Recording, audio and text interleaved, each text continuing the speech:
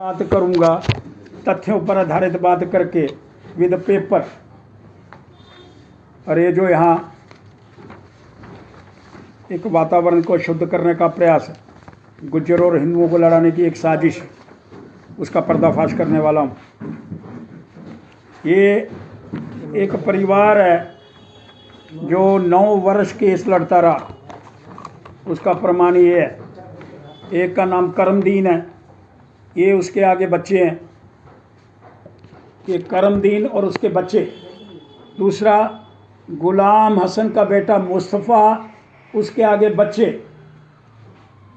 उनको लेकर के सारी बातें करने का प्रयास किया जा रहा है। इसलिए मैं मांग करना चाहता हूँ इस सारे संदर्भ के अंदर, ये कोई गुज्जर कौम नहीं है, कोई गुज्जर व्यवस्था नहीं है, एक परिवार है। और इसको गुज्जर कौम के साथ जोड़ना, कम्युनल टेंशन पैदा करने की बातें की जा रही हैं। एयरपोर्ट के अंदर जो घटनाएं घटी वो एक समाज की नहीं थी, कुछ व्यक्तियों की थी। किसी ने उसको हिंदू समाज, सिख समाज से जोड़ने का प्रयास नहीं करा।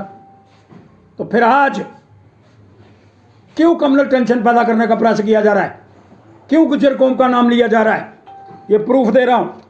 उसके बाद में ये रिट पिटीशन की कापियाँ निकाली हैं मैंने, 2015, 2017, 2018, 2020, 2021 ये जजमेंट आई हैं, जिनके अंदर ये लोग हार गए।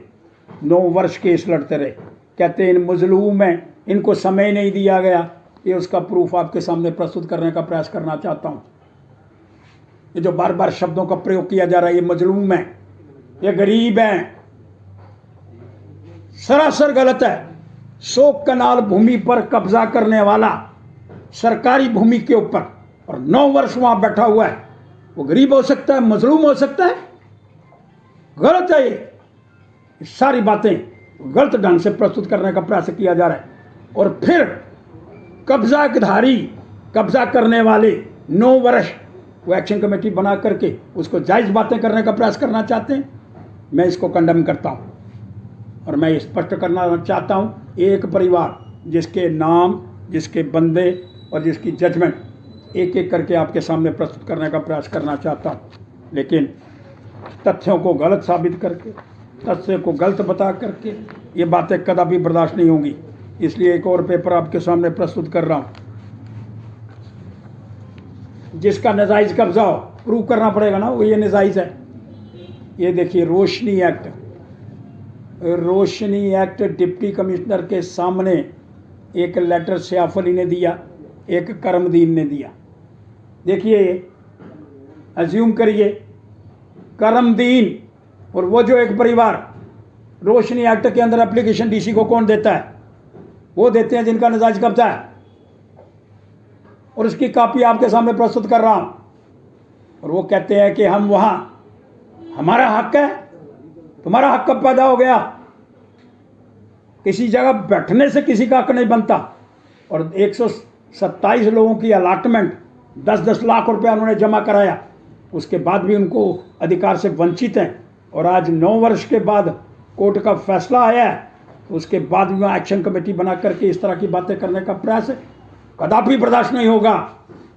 ये लोग, फिर स्पष्ट करना चाहता हूँ, कब्जाधारी, भू माफिया, इस तरह के शब्दों का उच्चारण करके सरकार को, जेडीए को, एडमिनिस्ट्रेशन को वहाँ से इनको खारिज करना चाहिए।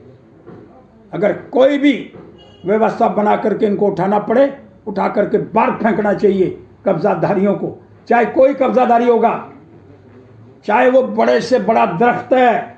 मैं इशारा कर रहा हूँ, कहते हैं कि इन्हें बिल्डिंग बनाई है बहुत बड़ी, कल उसका नाम भी ले रहे थे कोई मंत्री, एक्स मंत्री।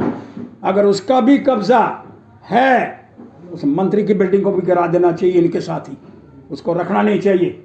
और वो जो मंत्री है उस क्षेत्र का, जिसका नाम बाली है भगत, उनसे भी कहना चाहता हूँ, आप पर आरोप लगा रहे हैं, आप अपना प्रमाण लेकर के बाहर आइए अगर आपके पास अलॉटमेंट है तो। अगर नहीं है तो जेडीए बड़े से बड़े दरख्त को भी उठा करके नीचे फेंके और छोटे के छोटे को भी फेंके, जिसने नाजायज़ कब्जा कर हुआ है। और इसलिए उपराज्यपाल जी, आपका बड़ा बड़ा धन्यवाद। कोई तो पैदा हुआ और एडमिनिस्ट्रेशन के अंदर कोई टीम तो आई जो 100 कनाल जगह खाली करवा रही है। एक टीम का एक बंदा था सुना जाता है, रोहित खजूरिया, सांबा के अंदर, जिसने किसी को नहीं छोड़ा, कोई सियासतदान ने नीचे रहने दिया। इसलिए ये जो टीम आई है, जिसमें डिविजनल कमिश्नर हैं, जिसमें डीसी जम्मू हैं, जिसमें आईजीपी, डीआईजी, एसएसपी जम्मू, और उसके बाद में जेडीए का मेन प्रभारी जो वीसी जेडीए हैं और कमिश्नर हाउसिंग है, एक जॉइंट टीम ने जो काम करा है, जम्मू की जनता को उन पर बड़ा अभिमान है, फ़ख्र है कि 127 लोगों को उनका 9 वर्ष के बाद 10-10 लाख रुपया लेने के बाद उनको उनका अधिकार, मुझे लगता है 2-3-4 दिन के अंदर मिलने वाला है, और वो उनको अधिकार मिल जाएगा। लेकिन कब्ज़ाधारी कोई भी हो, बड़े से बड़ा होगा, छोटे से छोटा होगा, उसको हमको बख्शना नहीं होगा, उनको उखाड़ कर बाहर फेंकना होगा। आपका कोई प्रश्न है तो करो। धन्यवाद।